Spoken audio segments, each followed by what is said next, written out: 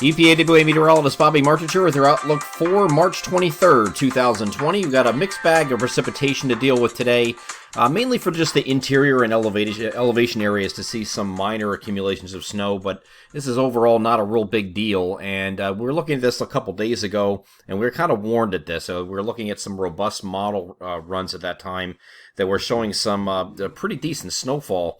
Not only across the interior areas that will get snow today, but also a little bit further south. And the reason it was so robust is because the area low pressure that's driving this is all the way down here, which is similar to this spot that it was expected to be in, but it was expected to be a lot stronger than it will actually be. And so therefore you're losing some of those dynamics involved of evaporational cooling and things like that in a marginal air mass that you need to get that cold air drawn into it.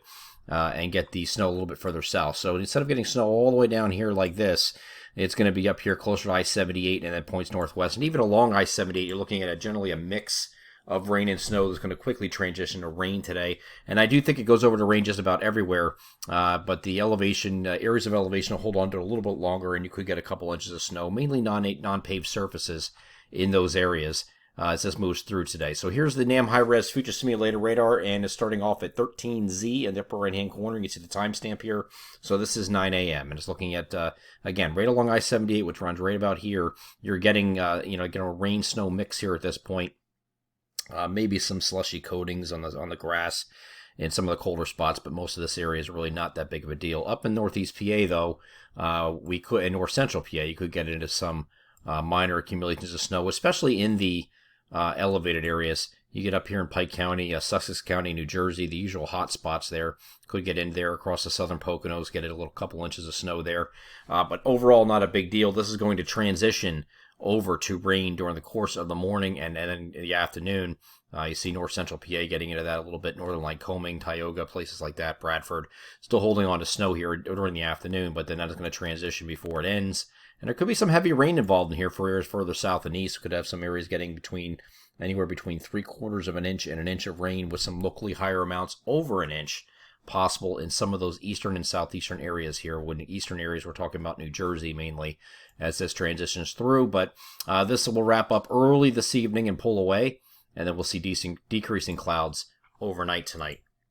So go back to the global models here just to show you what we're looking at here on the transition here.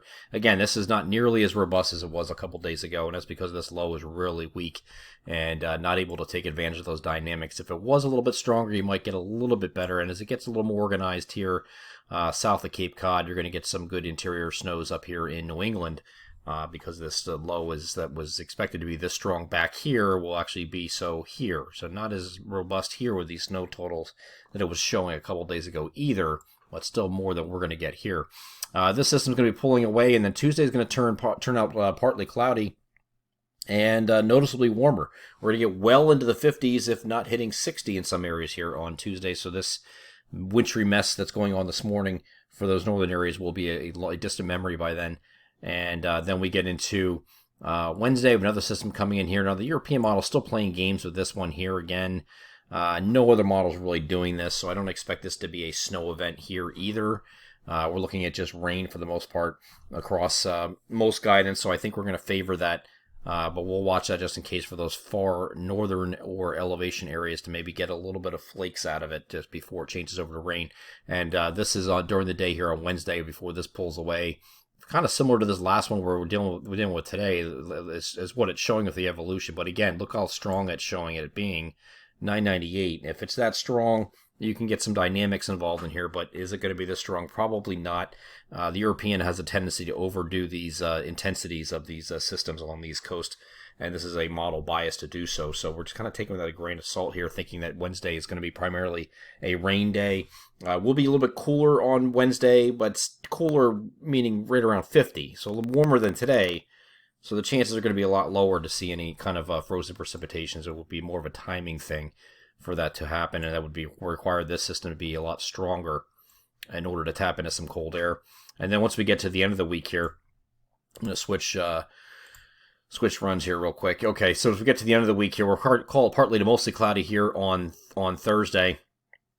System passing off to our north could leave a shower overnight on Thursday night, but partly to mostly cloudy on Thursday and milder.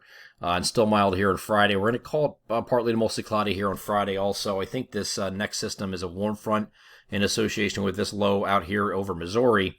And the warm front is going to bring some showers that are going to come in here on Friday night and then continue into Saturday morning. And then we have a trailing cold front coming in through later in the day on Saturday with more showers. So looks like we'll have some unsettled periods. Nothing really blockbuster in terms of amounts. Today's probably the most robust system this week that we're dealing with. More showery type weather on Wednesday. And then once we get to Saturday, this looks like just primarily showers too, with a warm front and then the trailing cold front. It does look like right now, at least on the European model anyway, that we turned to partly cloudy skies here behind that system, behind that cold front here for Sunday. I'm EPAWA meteorologist Bobby Martich. That is your outlook for March 23rd, 2020. Have a great Monday.